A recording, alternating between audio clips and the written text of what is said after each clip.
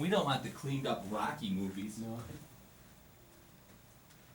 I've been watching the Rocky marathons on AMC. So good. I know, it's just, you cannot look away. There is no tomorrow! I love it. There is no tomorrow! You know what I find interesting is that they'll go Rocky 1, Rocky 2, and then they'll go, they leave out Rocky 4 a lot. I don't know, I don't understand the rationale. I don't know if Was Rocky that IV, was it that might not just hold so up. surreal? It might not hold up as well now that the Cold War is over. You know what I Yeah. mean? Like there was so much of that. What fueled that was the U.S. versus USSR rivalry. Now that that's done, like does it hold up? Stallone wrote all the screenplays, right? I mean, Yeah, that was yes, his he did. thing. 3 is still, I think, the Iconic. Yeah. That's when I was, I don't know, 14 years you had old. the whole package with 3. You had Came Eye out of the Tiger. came out of the theater with your buddies. You're punching them in the Teeth. face. Yeah, that was still the best Oh one. man, you were just, my testosterone was just starting to flow. I think that triggered it actually. All right, Man. here we I go. did. I became a man right in that movie theater. We're back on Fitness Edge Radio, ESPN Rochester, with me, Mike Danger, John H. from the Downtown Fitness Club, your host, and Coach Dom, our guest. It's Dom Arioli, the owner and operator of Rock Boxing and Fitness, this morning on Fitness Edge Radio. Yeah, Coach Dom, we were talking about your boxing experience a little bit. You've been coaching people, and some of the people you've coached. Actually, I'd like to explore that a little bit more. Who are some of the recognizable names that you have helped coach throughout your career? Oh, let's see, there's quite a few from Aquinas that are doing really well in their professional lives now, like the Affronti boys, one's an attorney, and Judge Affronti's sons, and then Okay, yeah. then there's the Bell family, which is a huge family of boys that I coached, that they're all doing real well in the construction industry. Do you take some pride in the fact that boxing instills such discipline and such character traits in people? Do you think that you're really contributing to their future success, whether it be in boxing, which probably most people coming out of AQ aren't going to be professional boxers, but that in their professional life and what they do after they leave? Yeah, that's the important thing to me. Like somebody says, "How did your season do? How did the kids do?" What I'll tell them is that I won't know till about 10 or 15 years when they become parents and husbands and things like that. Then Yeah, I that's can cool. tell what kind of job I did.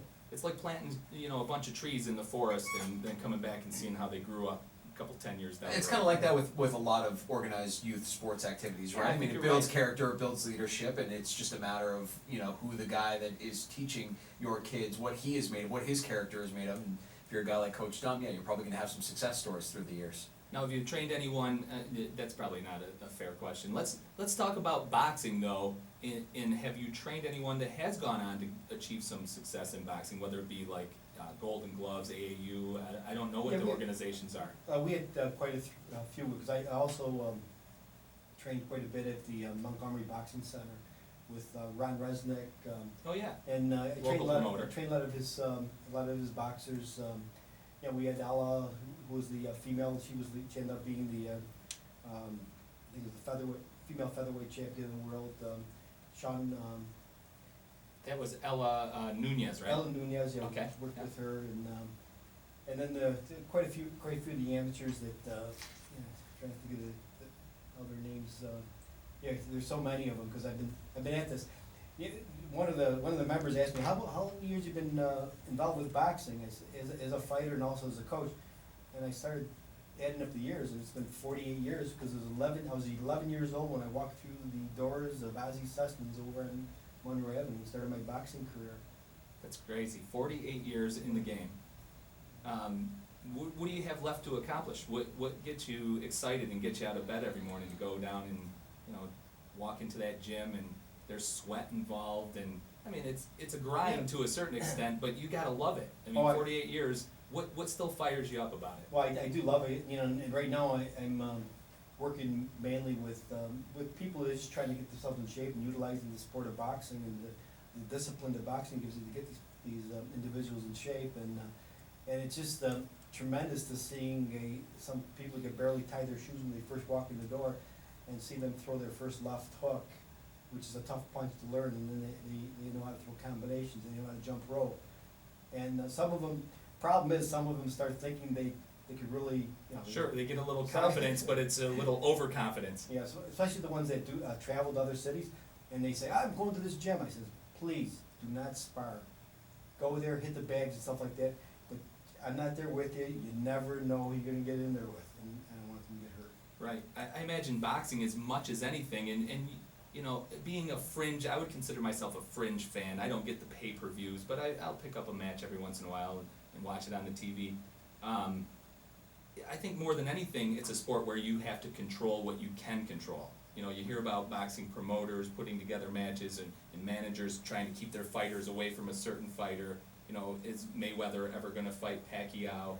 You know, you've got to control what you can control. So you're saying, you know, you teach life skills like that, right? Yeah, and to me, boxing is pure if it's utilized and utilized right, taught right. It's such a pure sport. But a lot of times you've got problems with the politics of the sport and the greed that's involved with it. And it's a little disheartening that all this stuff that goes around fantasy. That's why I deal mainly with the kids in the Aquinas programs and the members that I have, and working with them and watching them become successful. You know, it's more rewarding to me than developing a champ. You know. Coach Dom Arioli, the owner and operator of Rock Boxing and Fitness, our guest on Fitness Edge Radio on ESPN Rochester. John H., you were just asking Dom what gets him out of bed in the morning, what gets him excited, and I'm staring at this giant kettlebell that's in front of me, and this has got to be something that's relatively new to what you've been doing there. I mean, like, kettlebell fitness has always been around, but how recently did it really become more of like a mainstream modality of fitness?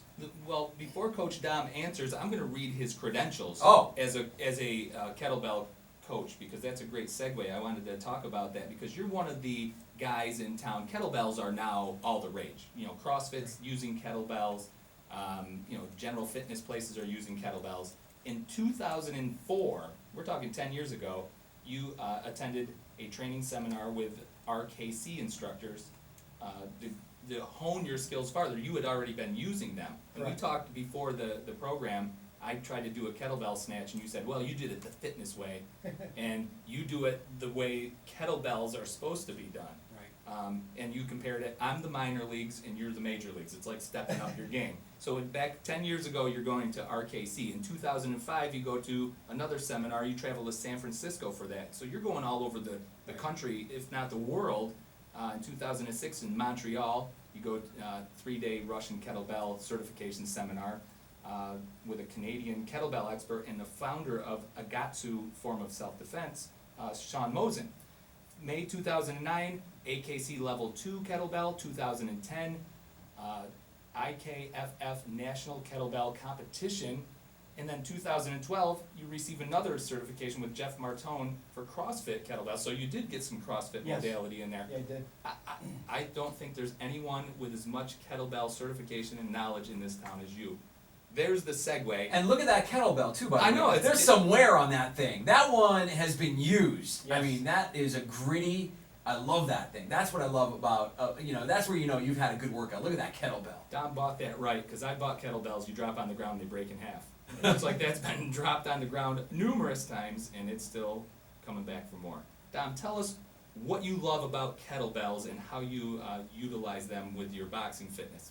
Well, I like it for a couple different reasons. With the kettlebell sport that I learned, I started doing in 2009. It's something that once somebody learns it right, you can do it for a long time. There's guys in competitions that are in their late 60s and 70s that are doing it, and they're in phenomenal shape.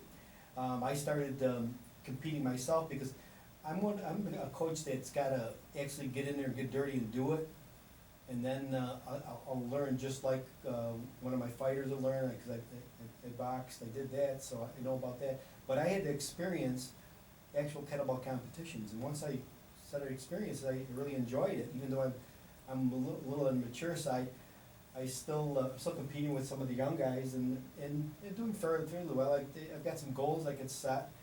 and that keeps me going. I can set a goal for myself to achieve a certain amount of reps, you know, to get a certain classification. Because in kettlebell competition, they have a ranking system. And this kettlebell here is a 24 kilo, Mhm. and there's a ranking within this. So you compete against yourself, you try to achieve certain numbers of So there's reps like in a certain pattern reps. that you follow, you have to Right. complete certain exercises, certain many, amount of reps, and then you time yourself and see how many you can get in that. Yeah, right now, time. there's the event that I'm concentrating on is the snatch lift. Okay. And in the snatch lift, it's a 10-minute max event. So you have to do as many reps as you could in 10 minutes, and you have to use proper form. You have to do what's called fixation, where you control the bell at the top. And it takes a lot of not only strength but endurance. Because this kettlebell weighs 53 pounds, Mhm. and you're taking this kettlebell and I did they also have 5-minute events. I did a 5-minute event in New Jersey. I had bad allergies, but I still got I got 80 reps within the time frame. And that's with the 53 pounder? Yeah, Okay. and I wanted to get 100, but next time I'll do that. I'll Oh, I achieve bet that. you will. Because there's a ranking called Candidate for Master of Sport, and that's my goal. I want to achieve that before I'm 60 years old. So I got 10 months to go before I get to that. You know, we were talking with our last guest, Dan Dirks, he's a CrossFit coach, and the importance of having passion for your sport and the you know, the connections that you make with your students. It's easy to see how you keep your students motivated. You're very motivated, you're very passionate about trying to get 100 reps. You're setting goals for yourself. I'm doing quick math, you're 48 years in the sport, you walk in when you're 11, so you're getting on 60. Right. Is that correct? So, you know, I'm thinking of my grandpa when he was 60, or even my dad when he was 60. They weren't doing kettlebell events. So you are still setting new goals and excited about fitness as much as ever, it sounds like. Well, I worked at Kodak for 33 years, and then I took the buyout in 2006, and I was given the opportunity to manage manage Rock Bexon with the option to buy it. So I decided to take a line from Rocky. I couldn't sing or dance, but I knew how to teach boxing. So I said, let me turn this into a business. And then I took my model from the Aquinas program. I says, I could teach adults how to do this and make it fun for them. And you're having like rapid growth over there at Rock Boxing, and we Right. talked about the demographic that's coming in, and it's suburban people, 40-ish year old, and predominantly women who are Correct, coming yes, to you, and yes. that's where your growth is coming from. Right. What's the attraction of the kettlebells and the boxing workout? You know, I see some videos that Coach Barco puts up, one of your trainers down there, Right. and he's a great guy. You're jumping rope and you're hitting focus mitts. I mean, it's not elaborate, but people are coming in droves. Oh, yeah, Why? it's like I said, it's a pure sport, and if it's taught right, you learn the fundamentals, then you keep, you know, the person's gotta be committed to it. They just can't go once every month. They've gotta go 2-3 days a week and learn the fundamentals.